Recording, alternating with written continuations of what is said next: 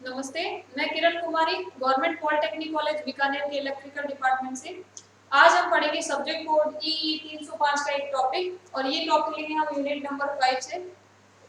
और जो टॉपिक हमने देखा था रूट लूकस, उसके अंदर हम इससे पहले वाले वीडियो में हम देख रहे थे ये एग्जांपल, उसके अंदर हमने 9 पॉइंट तक देख लिए। ठीक है, हमने इस एग्जांपल को कैसे इससे रूट लूकस बनाना है उसके 9 पॉइंट देख लिए। अब हम बनाएंगे 10वां पॉइंट, और 10वां पॉइंट जो है वो क्या है कि अगर कोई भी root locus branch imaginary axis को क्रॉस कर रही है, क्या अगर कोई भी रूट लोकस ब्रांच जो है वो इमेजिनरी एक्सिस को क्रॉस कर रही है तो वो इमेजिनरी एक्सिस पे किस पॉइंट पे कट करेगी वो पॉइंट हम निकालेंगे। हम उसके लिए हम क्या करेंगे, रूल नंबर 10 देखते हैं, वो किससे निकालेंगे हम, राउथ एरे से। किससे निकालेंगे हम, राउथ एरे से।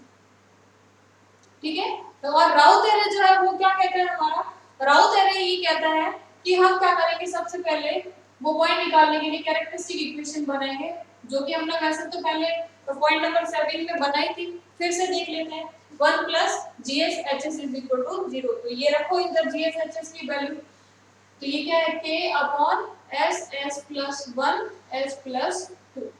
ठीक है, इज इक्वल टू 0। एलसीएम लो, ये सारा मैंने पहले पॉइंट नंबर 7 में बता दिया, सीधे मैं इक्वेशन निकाल के दे रही हूँ। S S plus 1 S plus 2 plus k, ठीक है, ये इधर 0 में चला गया, तो क्या हो गया equation S S plus 1 S plus 2 plus k। ठीक है, मल्टीप्लाई किया था हमने तो क्या बन गया, S square plus 3s plus 2 plus k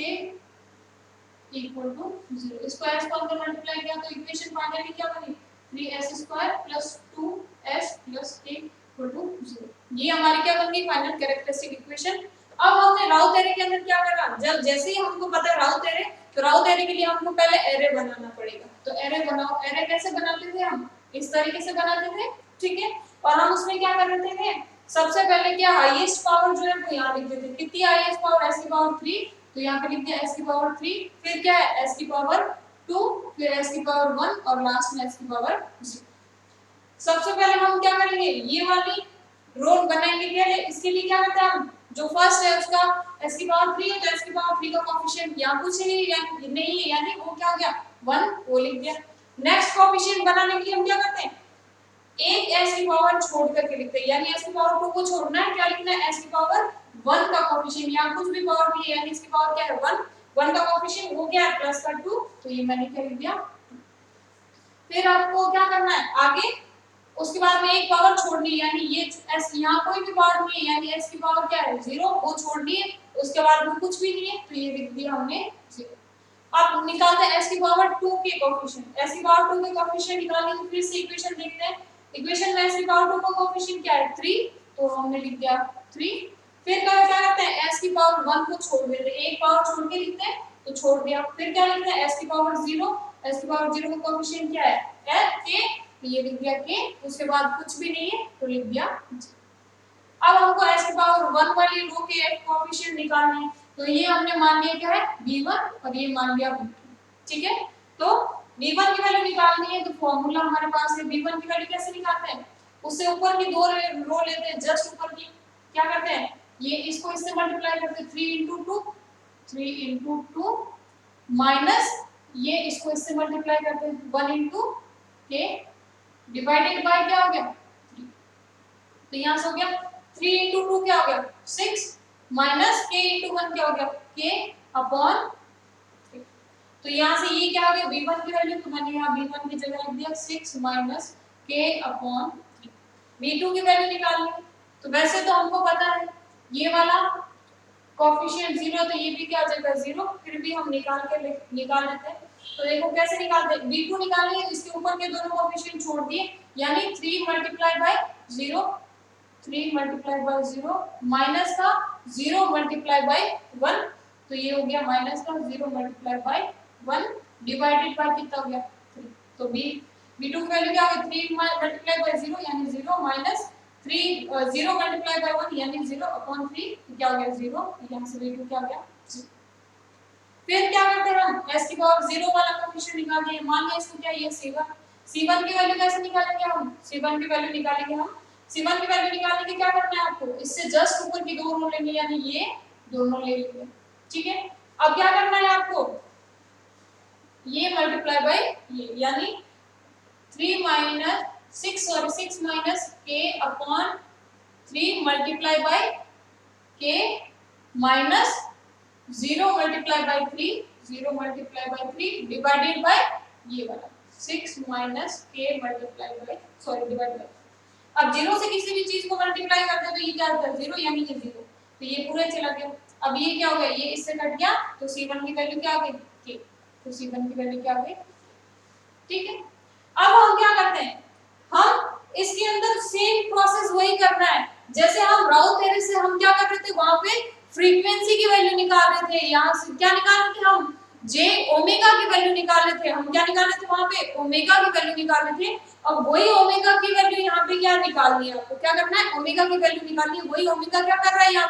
यहाँ पे वो ओमेगा क्या है इमेजिनरी एक्सिस पे वैल्यूज है, ठीक है। तो यहाँ ओमेगा की वैल्यू निकालने के लिए हमको क्या करना पड़ेगा, यानी फ्रीक्वेंसी की वैल्यू निकालने के लिए हमको क्या करना पड़ेगा, क्या करते थे वहां पे हम s की पावर 1 वाला जो कोएफिशिएंट है फर्स्ट कोएफिशिएंट, उसको हम क्या करते थे ग्रेटर देन 0 रखते थे, यानी 6 k divided by 3 greater than 0, ठीक है। यानी आपको तो k की वैल्यू निकालनी है तो इसको इक्वल टू 0 भी रख दो, या क्योंकि बेस्ट तरीका वही है, सही प्रोसेस है, क्या रखते थे हम ग्रेटर देन 0, किसको s की पावर 1 वाली रो का फर्स्ट कोएफिशिएंट है उसको क्या करते थे हम ग्रेटर देन 0 रखते थे, और वहां से क्या करते थे k की वैल्यू निकालते थे, तो k की वैल्यू निकालो, ये इधर मल्टीप्लाई हुआ, 0 को किसी भी चीज से मल्टीप्लाई करोगे तो क्या हो गया 0, तो 6 k इज ग्रेटर देन 0, ठीक है। अब इसको k को या माइनस को इधर लाएंगे तो प्लस, तो ये हो गया, यानी k की वैल्यू यहां से हमारे को क्या करनी है आपको 6 रखनी है, k की वैल्यू यहां पे क्या k इज लेस देन 6 होना चाहिए वैसे, लेकिन हम क्योंकि हम फ्रीक्वेंसी की वैल्यू निकाल रहे हैं तो हम क्या करेंगे k की वैल्यू कितनी है 6, k की वैल्यू यहाँ पे क्या आ रहा है 6, तो k की वैल्यू कितनी रखेंगे 6, किसमें हम क्या करते थे फ्रीक्वेंसी की वैल्यू निकालने के लिए हम करते थे कि s की पावर 2 वाली जो रो है, जो ये मैं वापस लिख देती हूँ, ये क्या है 3, तो यहाँ पे क्या है k, और यहाँ पे 0, क्या करते थे हम s की पावर 2 वाली जो रो है उससे हम क्या बनाते थे एक पॉलिनोमियल बनाते थे, क्या बनाते थे हम इक्वेशन बनाते थे, क्या बनाते थे हम एक इक्वेशन बनाते थे और उस इक्वेशन में k की वैल्यू रखते थे, तो बनाओ इक्वेशन, इसकी इक्वेशन बनाने के लिए क्या करते थे हम 3 लिख दिया प्लस प्लस यहाँ पे साइन कुछ भी नहीं है यानी प्लस लिख देंगे तो ये लिख दिया k, और आगे 0 है तो कोई मतलब नहीं है, इसको इक्वल टू 0 इक्वेशन बना रहे तो इक्वल टू 0। अब 3 को किससे मल्टीप्लाई करेंगे s की पावर स्क्वायर है तो s की पावर स्क्वायर, ठीक है। फिर यहाँ पे k को किससे मल्टीप्लाई करेंगे, जो भी पावर है उसमें से एक छोड़ करके लिखनी है, यानी s की पावर 2 है तो s की पावर 1 तो छूट जाएगा तो क्या होगा s की पावर 0, तो हो गया s की पावर 0, s की पावर 0 का वैल्यू कितना होता है, कितना होता है s की पावर 0 का वैल्यू 1, तो ये हो गया 3s² plus k is equal to 0, ठीक है। अब हम यहाँ पे क्या रखेंगे k की वैल्यू कितनी रखेंगे 6, ये जो हमने k की वैल्यू यहाँ से ये k की वैल्यू यहाँ दिख नहीं रहा है तो यहाँ लिख देते k की वैल्यू, यहाँ ये वाला एक्सप्रेशन तो दिख रहा है, यहाँ से ये हो गया, यहाँ से हमने k की वैल्यू निकाली थी, क्या है k क्या है लेस देन 6 आया था, यानी k की वैल्यू आपको क्या रखनी है यहाँ पे 6 रखनी है, तो k की वैल्यू क्या रखनी है आपको 6 रखनी है, तो यहाँ पे k की वैल्यू 6 रखो, तो ये हो गया 3s² प्लस k की जगह क्या रखेंगे हम 6 इज इक्वल टू 0, ठीक है। अब यहाँ पे s² निकालना है, इसको इधर भेजो, तो ये क्या हो गया 3s² इज इक्वल टू ये 6 इधर गया माइनस का 6 हो गया, और s स्क्वायर ये इधर चला गया तो माइनस का 6 डिवाइडेड बाय 3, तो ये क्या हो गया 2, तो ये s² की वैल्यू कितनी होगी s² इज इक्वल टू क्या हो गया माइनस का 2। अब हम क्या रखते थे फ्रीक्वेंसी की वैल्यू निकालने के लिए s की जगह हम क्या रखते थे j ओमेगा, क्या रखते थे हम j ओमेगा, ठीक है। तो यहाँ पे हम रख देंगे s की जगह j ओमेगा, तो यहाँ से s की जगह रखो क्या j ओमेगा, ठीक है। मैं ये चीज हटा रही हूँ, यहाँ पे s की जगह हम क्या रखेंगे फ्रीक्वेंसी की वैल्यू निकालनी है j ओमेगा, तो j ओमेगा का square is equal to minus का 2,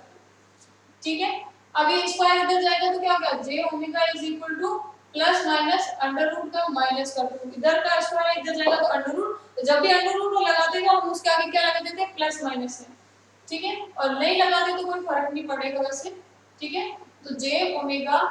की वैल्यू क्या होगी, माइनस, अगर रूट में माइनस साइन आता तो उसको हम क्या लिखते थे, j, और ये क्या हो गया रूट, तो ओमेगा की वैल्यू क्या आ गई, j से j कट गया तो ओमेगा की वैल्यू क्या आ गई, रूट 2, और रूट टू की वैल्यू कितनी होती है, रूट 2 की वैल्यू होती है 1.414, ठीक है। सॉरी यहाँ पे जब भी मैंने क्या बताया रूट लगाते हैं तो उसके आगे साइन क्या लगाते हैं हम, प्लस माइनस, तो यहाँ पे ये सारी जगह प्लस माइनस है, प्लस माइनस, तो ओमेगा की वैल्यू कितनी आ गई, प्लस माइनस का रूट टू की वैल्यू कितनी होगी 1.414, ठीक है। जे ओमेगा की वैल्यू निकालनी तो ये भी जे ओमेगा, इधर भी ये जे वैसे ही है, तो ये जे ओमेगा की वैल्यू कितनी होगी, क्योंकि हमको यहाँ पे फ्रीक्वेंसी की वैल्यू निकालनी है, हमको जे ओमेगा की वैल्यू निकालनी है, क्योंकि ये एक्सिस कौन सी है, जे ओमेगा एक्सिस, ठीक है। तो जे ओमेगा की वैल्यू कितनी आ गई, जे ओमेगा की वैल्यू आ गई,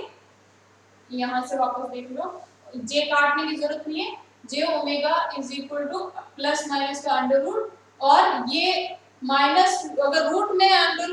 माइनस होता है उसको क्या लिखते हैं जे, और ये 2 का अंडर,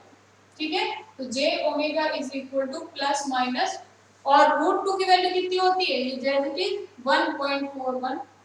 ठीक है। तो जे ओमेगा की वैल्यू कितनी आ गई, प्लस माइनस का जे 1.414, यानी यहाँ से अपने को क्या समझ में आता है कि यहाँ से अपने को ये समझ में आता है कि इमेजिनरी एक्सिस पे जो रूट लोकस ब्रांच है वो जाएगी तो कहाँ पे कट करेगी, इस पॉइंट पे। एक तो क्या होगी इसमें वैल्यू जे ओमेगा की प्लस का जे 1.414, और दूसरी वैल्यू क्या हो जाएगी माइनस का जे 1.41, आ गया समझ में। तो ये हो गया पॉइंट नंबर 10, जो कि मैं यहाँ पे लिख देती हूँ, पॉइंट नंबर 10 की वैल्यू, पॉइंट नंबर 10 से हमको जे ओमेगा पे कहाँ पे क्रॉस करेगा, कहाँ पे मिलेगा, प्लस माइनस का जे 1.414, ठीक है। तो ये पूरा का पूरा हो गया पॉइंट नंबर 10। अब हमारे पास दसों के दसों पॉइंट हो गए, अब हम क्या करेंगे, इसको डायग्राम बनाएं, ठीक है। इन दसों पॉइंट से हम डायग्राम बनाएं, ठीक है। तो डायग्राम बनाते हैं, चलो डायग्राम बनाने के लिए आपको क्या करना है, सबसे पहले पॉइंट नंबर 1 से शुरू करते हैं, ठीक है। डायग्राम बनाने के लिए आपको क्या करना पड़ेगा, ये हमने कर दिया, ठीक है। ये हो गया हमारा रियल एक्सिस यानी सिग्मा वाला, ये हो गया इमेजिनरी एक्सिस यानी जे ओमेगा वाला, ठीक है। यहाँ पे हमने रख दिया, यहाँ पे क्या है 0, यहाँ पे हमने रख दिया जैसे s इक्वल टू -1, ये रख दिया हमने s इक्वल टू -2, ठीक है। यहीं पे ही है इतना, ये तो थोड़ा बड़ा कर देते ताकि आपको डायग्राम को समझने में आसानी हो। ये हो गया s इक्वल टू -1, और ये हो गया s इक्वल टू -1, और ये यहाँ आगे कहाँ जा रही है, ठीक है। यहाँ पे इसको लिख लेते हैं हम J1, और ये ले लेते हैं हम J2, प्लस में ये, और सेम इधर जाएंगे, ये क्या होगा माइनस का J1, और ये हो गया माइनस का J, ठीक है। तो पहला पॉइंट तो सिमेट्री वाला है, वो तो जब पूरा डायग्राम बनेगा तब पता चलेगा। सेकंड पॉइंट चलते हैं कि यहाँ पे 3 पोल है, उनको दर्शाना है। पोल ए कहाँ पे, s इक्वल टू 0, पोल दर्शाने के लिए मैंने आपको पहले भी बताया, पोल दर्शाने के लिए यहाँ पे ये क्या है s इक्वल टू 0, पोल दर्शाने के लिए मैंने आपको पहले ही बताया है कि जहाँ पे भी पोल बनाना है उसकी जगह क्रॉस बना दो, s इक्वल टू 0 पे पोल है तो s इक्वल टू 0 पे क्रॉस बना दो। सेकंड पोल रहा है s इक्वल टू -1, तो ये क्या s इक्वल टू -1 पे क्रॉस बना दो, ये दूसरा पोल हो गया। फिर तीसरा पोल कहाँ है, s इक्वल टू -2 पे, ये तीसरा पोल। फिर यहाँ पे 0 को दर्शाते, क्या यहाँ पे कोई 0 है क्या, नहीं, तो दर्शाने की जरूरत नहीं, ठीक है। फिर हमारा था पॉइंट नंबर 3, पॉइंट नंबर 3 क्या कह रहा था पॉइंट नंबर 3 कह रहा था कि रूट लोकस ब्रांच जो है वो कहां से शुरू होगी, k इक्वल टू 0 के लिए एक पोल से, यानी जहां पे भी पोल है वहां पे क्या हो जाएगा, k इक्वल टू 0। यहाँ पे भी पोल है तो यहाँ क्या हो जाएगा, k इक्वल टू 0। यहाँ पे भी पोल है वहां पे क्या हो जाएगा, k इक्वल टू 0। ठीक है, दूसरा खत्म कहाँ होगा, k इक्वल टू इनफाइनाइट के लिए एक ओपन लूप 0 पे। क्या यहाँ पे 0 है क्या, नहीं, तो वो सारे के सारे 0 कहाँ पे होंगे, इनफाइनाइट पे, तो वो ब्रांचेस कहाँ पे खत्म होगी, इनफाइनाइट पे, और k इक्वल टू कहाँ होगा, इनफाइनाइट। ठीक है, ये हो गया पॉइंट नंबर 3। पॉइंट नंबर 4 क्या है कि कोई भी पॉइंट है वो रूट लोकस पे, कोई रियल एक्सिस पे, ये क्या है, ये क्या है, रियल एक्सिस, तो रियल एक्सिस पे कोई भी पॉइंट जो है वो रूट लोकस पे लाई करेगा कब, जब क्या होगा, अगर उस पॉइंट के राइट हैंड साइड में पोल्स और जीरोस का जो सम है वो क्या है, वो क्या है, पॉइंट जीरोस और उसका सम जो है वो क्या है, अगर एक ऑड नंबर आता है, क्या आता है, एक ऑड नंबर आता है। तो देखो मान लिया हमने, यहाँ पे देखते हैं, ठीक है, रियल एक्सिस पे यहाँ पे इस पोल से इधर कोई भी पॉइंट है वो लाई करेगा कि नहीं करेगा, तो रियल एक्सिस से इस साइड में कोई भी पॉइंट लाई करेगा कि नहीं करेगा, कैसे पता चलेगा, सिंपली देखो, इस पॉइंट यहाँ पे कोई भी इस एरिया से कोई भी पॉइंट, मान लिया एक पॉइंट ये है, तो इससे राइट हैंड साइड में सभी पोल और जीरोस का सम क्या होना चाहिए, एक ऑड नंबर। तो कितने पोल है इस पॉइंट के इधर, 1 2 3, कोई जीरो है ही नहीं, तो पोल का सम कितना, 1 2 3 पोल है, 3 क्या है, एक ऑड नंबर, यानी यहाँ पे रूट लोकस जो है वो लाई करेगा। मैं जो ये रेड कलर से मैं डॉटेड लाइन बना रही हूँ, ये क्या कर रही हूँ, यहाँ पे एग्जिस्ट कर रहा है, इसको बता रही हूँ, ये क्या कर बता रहा है कि एग्जिस्ट करेगा। अब देखो यहाँ पे, देखो यहाँ पे इस डिस्टेंस से इस डिस्टेंस के बीच में कोई भी पोल कोई भी पॉइंट रूट लोकस पे लाई करेगा कि नहीं करेगा, उसको पता करने के लिए हम देखते इस पॉइंट से इस पॉइंट, इस पोल के बीच में, तो इससे राइट हैंड साइड में नंबर ऑफ पोल या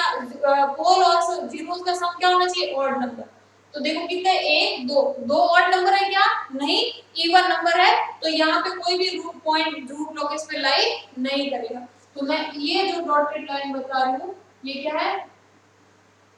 नॉट एग्जिस्ट,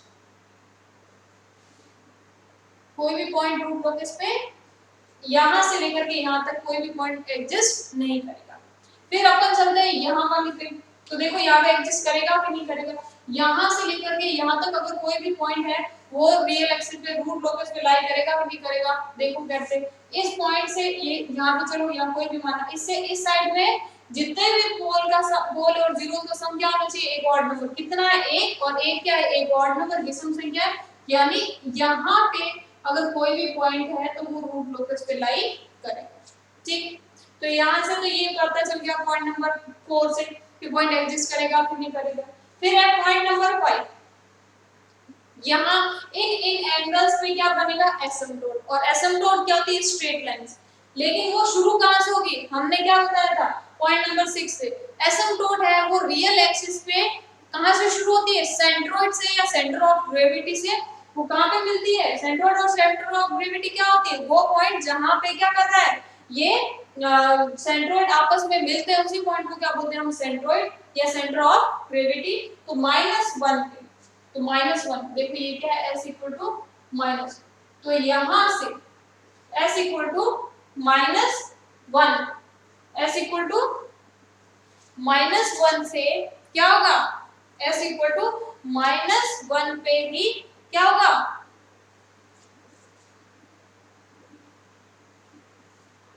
सेंट्रोइड है, यानी s इक्वल टू -1 पे ही क्या है, sigma a equal to minus में क्या होगा, सेंट्रोइड, यानी यहाँ से हमको क्या करना है, एसिम्प्टोट्स बनाने, क्या करने हैं हमको, एसिम्प्टोट्स बनाने। तो एसिम्प्टोट की क्या होती है, स्ट्रेट लाइंस, और वो बनेगी किस एंगल पे, 60 डिग्री पे, तो यहाँ से 60 डिग्री इस साइड से एंगल मेजर करना पड़ेगा, लगभग करना, हमको ऐसे नहीं उसको चंदा को लेकर के और आप बनाना शुरू कर दो, नहीं, लगभग बनाना आपको, यहाँ से लगभग बनाओगे तो आप बनाओ लगभग 60 डिग्री, क्या यहाँ से यहाँ तक तो 90 हो जाएगा, तो ये क्या हो गया, लगभग 60 डिग्री, 60। इसको हम चलो ब्लैक पेन से बनाते हैं एसिम्प्टोट्स को सॉल्व को।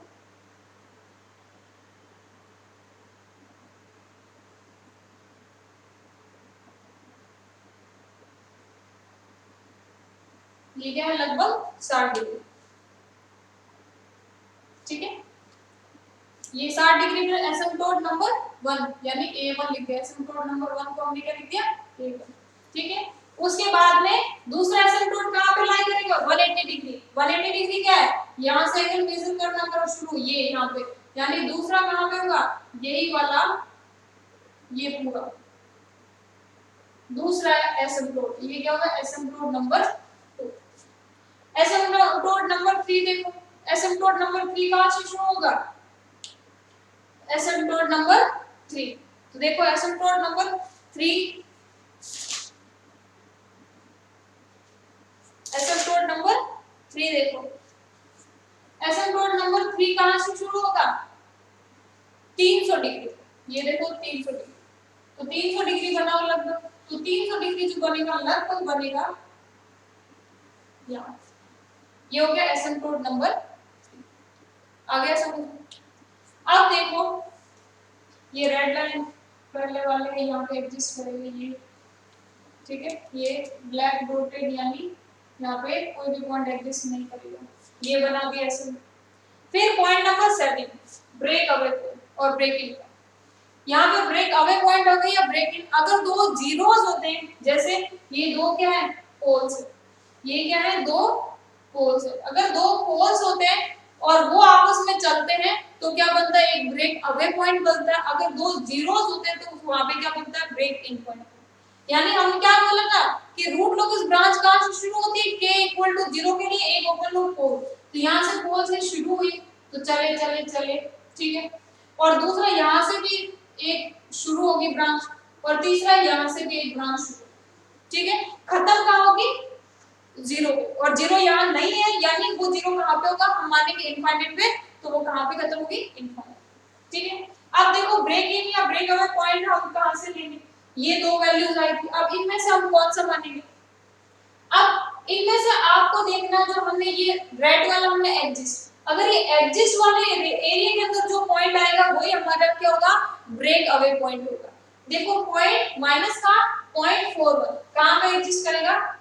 0 से माइनस में भी यहां पे,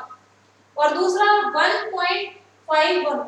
तो ये कहां पे एडजस्ट करेगा यहां पे, तो क्या यहां पे रूट लोकस लाई करेगा नहीं, तो ये वाला हमको यहां से नहीं लेना है, तो हमारा ब्रेक अवे पॉइंट कौन सा हो जाएगा, क्या ये वाला एडजस्ट कर रहा है, ये वाला पॉइंट इस रूट लोकस पे एडजस्ट करेगा, देखो ये वाली एडजस्ट वाली लाइन है एडजस्ट करेगा, हां तो हमको ब्रेक अवे पॉइंट इनमें से कौन सा लेना है दोनों में से ये वाला, कितना है पॉइंट माइनस का 0.42 तो लगभग क्या होगा, ये मान लो इसका आधा यहाँ पे तो लगभग यहाँ पे ले लेते हैं, तो यहाँ पे ये क्या होगा ब्रेक अवे पॉइंट है, ब्रेक अवे पॉइंट है माइनस का 0.4, तो ब्रेक अवे पॉइंट बना देंगे हम क्या करेंगे, अब देखो रूट लोकस ब्रांचेस बनाते हैं, रूट लोकस ब्रांचेस को मैं रेड पेन से बना रहा हूं, ठीक है, यहाँ पे हमारा क्या है break away point, root locus branch शुरू कहां से होगी k इक्वल टू 0 के लिए एक पोल से शुरू होगी, ठीक है, ये पोल से शुरू हो गई, पोल से जाती है, ठीक है, ये होगा यहां से क्या होगा ब्रेक होगा, ब्रेक होगा, ठीक है, ब्रेक होकर के ये कहां पे जाएगा एसिम्पटोट के अलोंग क्या जाएगा, कहां पे जाएगा एसिम्पटोट के अलोंग, तो ये चालो आप ऊपर भेज दो या नीचे भेज दो कोई फर्क नहीं पड़ेगा, तो यहां से ये जाएगा एसिम्पटोट के अलोंग, और ये इमेजिनरी एक्सिस पे कहां पे कट करेगा, देखो पॉइंट नंबर 10 इमेजिनरी एक्सिस पे कट करेगा, ये मान लो ये क्या है प्लस का j 1.41, ये लगभग 1.5 यहाँ है तो 1.414 लगभग यहाँ, नीचे देखो ये माइनस का j 1.41 यहाँ पे, तो ठीक है आया समझिए यहाँ से, तो ये रूट लोकस ब्रांच के इक्वल टू 0 के लिए यहां से शुरू हुई और यहां से क्या हो गई ब्रेक अवे पॉइंट पे यहां पे ब्रेक हो गई और अवे यानी यहां से दूर जा रही है, और दूर जाते जाते ये क्या जाएगा, ये दूर तो जा रही है लेकिन किसके अलोंग जाएगी, इसको थोड़ा सा इसको डायग्राम सही से बने इसलिए मैं इसको थोड़ा सा नीचे बना, ये यहां पे क्या है 1 तो यहां पे मान लेते हैं हम, इसमें भी यहां पे इसको मान लेते हैं 1, थोड़ा डायग्राम सही से अच्छे से दिखे बने इसलिए यहां पे मान लेते हैं,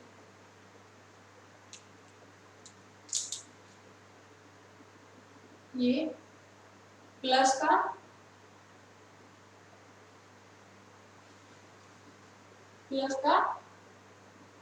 इसे दिख नहीं रहा, ब्लैक से लिखते हैं, प्लस का 1j, ये हो गया प्लस का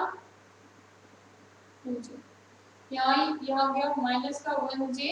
ये हो गया माइनस का 2j, और यहाँ पे लगभग होगा 1 माइनस का 1.414j, और यहाँ होगा प्लस का 1.414j। ठीक है, तो क्या होगा, यहाँ से ब्रेक हुआ, यहाँ से आया पोल से ब्रेक हुआ, और एसिम्प्टोट के अलोंग, अलोंग मतलब पैरेलल, अलोंग का मतलब पैरेलल, एसिम्प्टोट के अलोंग कहाँ पे जाएगा, इनफाइनाइट पे जाएगा। तो ये देखो पैरेलल जाना चाहिए, अलोंग का मतलब क्या होगा, ये क्या हो गया, अब ये पैरेलल जाएगा, ये पैरेलल, ये क्या हो गई, root locus branch number, root locus branch first. अब सेकंड कहाँ होगी, और ये कहाँ पे जाएगी, एक यहाँ पे जीरो है नहीं, तो हम क्या माने, वो कहाँ पे इनफाइनाइट पे है, और वो हम k इक्वल टू इनफाइनाइट पे जाएंगे, जहाँ पे क्या होगा, एक जीरो। फिर दूसरा हम शुरू कर रहे हैं रूट लोकस ब्रांच, इस पोल से शुरू हुई, k इक्वल टू 0 के लिए इस पोल से शुरू हुई, और यहाँ से ब्रेक हुई, ब्रेक होकर के ये क्या जाएगी, इस एसिम्प्टोट के अलोंग ब्रेक हुई, और ये इस एसिम्प्टोट के अलोंग इनफाइनाइट। ठीक है, ये हो गई रूट लोकस ब्रांच नंबर 2। ठीक है, एसिम्प्टोट के अलोंग जाएगी, मतलब ये जो लाइन है ये इसके एसिम्प्टोट के पैरेलल होनी चाहिए। ठीक है, फिर तीसरी रूट लोकस ब्रांच देखो, तीसरी रूट लोकस ब्रांच इस पोल से शुरू हुई k इक्वल टू 0 के लिए, और कहां पे जाएगी, इनफाइनाइट, एसिम्प्टोट के अलोंग। इसमें देखो एसिम्प्टोट भी यही है और रूट लोकस ब्रांच भी यही है। ठीक है, क्यों, क्योंकि यहाँ पे क्या 180 डिग्री पे एसिम्प्टोट है, और एसिम्प्टोट के अलोंग जाएगी, और हमने क्या कहा था, जब पोल सिंपल हो तो क्या होगा, उसका एंगल कितना होगा, एंगल ऑफ डिपर्चर पोल का कितना होगा, 0 डिग्री या 180 डिग्री। तो ये देखो इधर जाते हैं तो ये इधर से एंगल मानते हैं, तो ये क्या होगा, 180 डिग्री, तो इसके लिए तो 180 डिग्री होगा, और इनके लिए देखो ये इस साइड में, तो ये क्या होगा, इनके लिए 0। सिंपल पोल के लिए एंगल ऑफ डिपर्चर कितना होता है, 0 डिग्री। यहाँ से देखो ये लाइन 0 डिग्री आ गई, यहाँ पे ये बात अलग है, यहाँ ये क्या ब्रेक अवे पॉइंट है, ये क्या है, break away point, break away point पे ब्रेक हो गए, और ये क्या हो गया, फिर इस तरीके से इंफिनिटी पे चले गए। और दूसरा ये यहाँ से आई, यहाँ से ब्रेक हुई, और यहाँ से ये इंफिनिटी के ऊपर चली। और तीसरा ये वाले पोल के लिए ये हो गई रूट लोकस ब्रांच,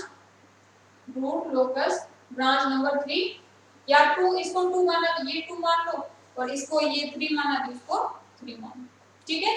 ये यहाँ पे एसिम्प्टोट और रूट लोकस ब्रांच एक दूसरे के ऊपर है। ठीक है, तो ये हमारा बन गया रूट लोकस डायग्राम। हमने आपको बताया था,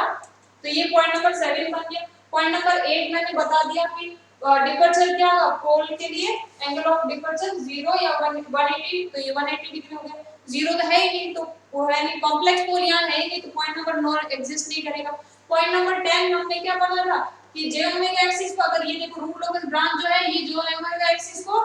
क्रॉस कर रही है, किस पॉइंट पे क्रॉस कर रही है, वो यहाँ से पता चलेगा कि ये प्लस में इधर और माइनस में इधर कट कर। ठीक है, तो ये हमने ये पूरा न्यूमेरिकल पढ़ा। ये न्यूमेरिकल थोड़ा सा आपको लग रहा है कि ये हार्ड है, लेकिन ये हार्ड नहीं है। अगर आप इसको अच्छे से पढ़ेंगे, इसको 2-4 एग्जांपल सॉल्व करेंगे, तो ये बहुत इजी है, और आराम से आपको इससे रूल भी याद हो जाएंगे, और आपके लिए ये इजी होगा। तो ये हमने पूरे एग्जांपल से हमने देखा कि इसके लिए ये क्या है, रूट लोकस डायग्राम। ठीक है, आया समझ में? तो यहाँ से हमने ये बनाया है रूट लोकस डायग्राम। क्लियर?